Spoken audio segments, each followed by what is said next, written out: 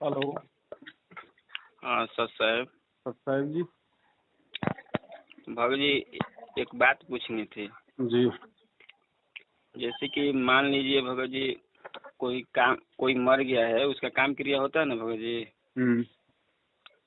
तो हम उसमें जाकर खाना जैसे हम नहीं खाएंगे, ठीक है। काम हम करवा सकते हैं कि नहीं? देखो, जिस दिन उसका जो मुख्य प्रोग्राम होता है ना, जिसको 12वां या 13वां बोलते हैं, हाँ जी जी या जैसे शहरों में आजकल तीसरे दिन कर दिया जाता है, जी। तो उस मुख्य कार्यक्रम में अगर आप भगत हैं तो आपने शामिल भी नहीं होना है। यदि आपका कोई दूर की रिश्तेदारी है या कोई गांव में है तो, और यदि आपके कोई घर में ही है तो आप जाओगे कहाँ। लेकिन आपने उन पाखंडी पूजा पाठों में कोई सहयोग नहीं करना।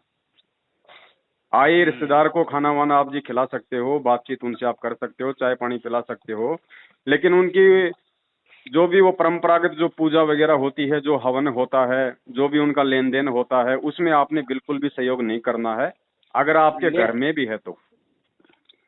लेन देन में नहीं भगत जी, जैसे कि कोई जैसे काम हम जैसे कुछ बन रहा है तो उसमें सहयोग कर सकते हैं कि नहीं?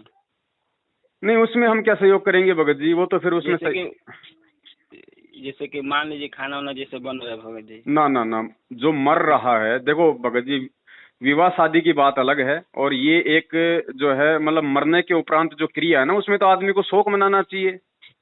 उसमें आदमी को खाना वाना की कौन सी बड़ी बात है उसमें, बताओ। वो मर गया, उसके बाद में पूरे गांव को खाना खिला रहे हैं, तो उसके मरने से मतलब खुश हो रहे हैं ना। तो ये भगत जी, ये पाखंड पूजा है, ये रीति रिवाज हैं, हमने इनको छोड़ना पड़ेगा भाई।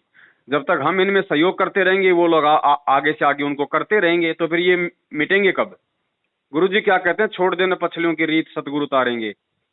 ये हमारे से पहले हमारे जो पूर्वज थे, उन अज्ञानी धर्मगुरुओं के द्वारा जो भ्रमित किए हुए थे, उनके माध्यम से चली हुई परंपराएं भगत जी, इनको छोड़ना पड़ेगा, इनमें सहयोग करना भी छोड़ना पड़ेगा, तभी तो ये मिटेंगे समाज से। सहयोग भी नहीं करना, जाना भी नहीं है। बिल्कुल नहीं जाना भगत जी। देखो, अगर दूर है, कहीं कोई रिश्तेदारी है, कोई दूसरे गांव में है, तो हमने उस दिन जाना भी नहीं है।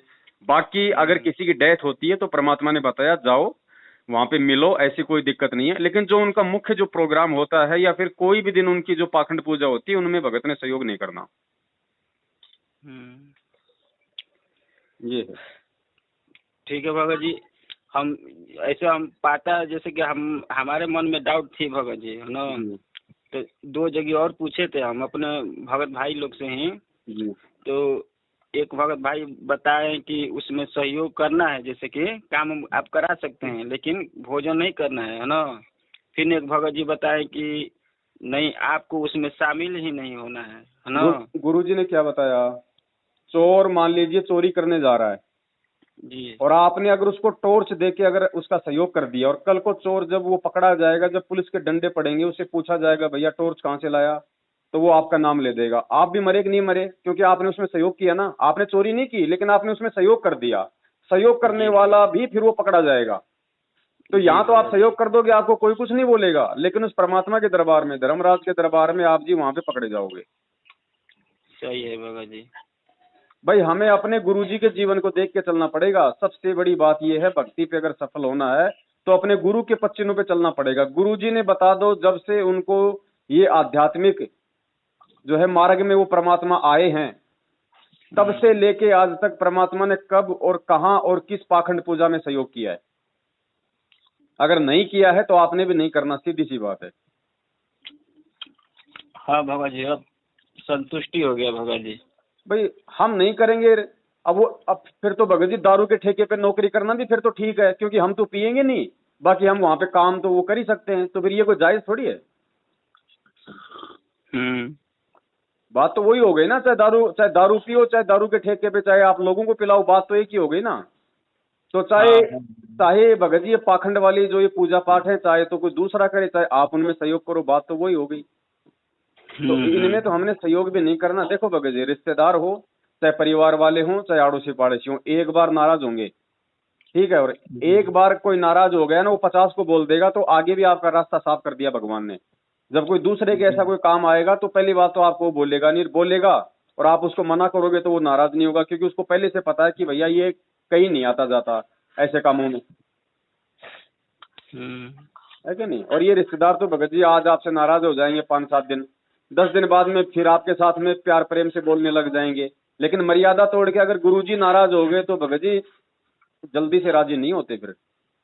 हाँ भगत जी, बात सही है। वही हमारे मन में बहुत शंकाएं उत्पन्न हो रही थी कि उसमें अगर हम उसका कोई भी काम में सहयोग हम कर भी देते हैं तो उसका भागी हम हो जाते हैं। तो इसीलिए हमारे मन में डाउट चल रहा था कि नहीं, हम अच्छी तरह से इसके बारे में छानबीन करेंगे तभी हम जाएंगे, नहीं तो नहीं जाएंगे। और भगत जी हमें परमात्मा ने भक्ति पे लगा के भगत बनाया है, तो हमने भगत जी फिर वो भगत बन के भी दिखाना है। हम कब तक लोगों के पीछे चलते रहेंगे, डर के मारे, भय के मारे, लोक लाज के मारे। रिश्तेदार बोले ना बोले, रिश्तेदार आए ना आए, 100 बार ना आए, रिश्तेदार हमारा मोक्ष करा देंगे क्या? ना भगत जी, जो मोक्ष करने का अधिकारी है उसकी बात मानो ना, जिससे हमारा जीवन सफल हो। बहुत बढ़िया भगत जी, आपने हमारे मन को संतुष्ट कर दिया भगत जी। बाकी तो भगत जी देखो, परमात्मा तो भाई ना तो कोई आपको देखने आएगा ना आपको मना करने आएगा। मालिक ने अपना एक विधान बना दिया और आप लोगों को उस पर चलने का नियम बता दिया। अब चलना तो भगत जी हमें खुद ने पड़ेगा। अब परमात्मा हाथ पकड़ के थोड़ा ना चलाएगा। फिर ये मानव जीवन क्यों दी हमारे को, फिर ये बुद्धि क्यों दी? फिर तो हम जानवर ही ठीक थे अगर ऐसे अगर डंडे के सारे अगर हाँकना था तो।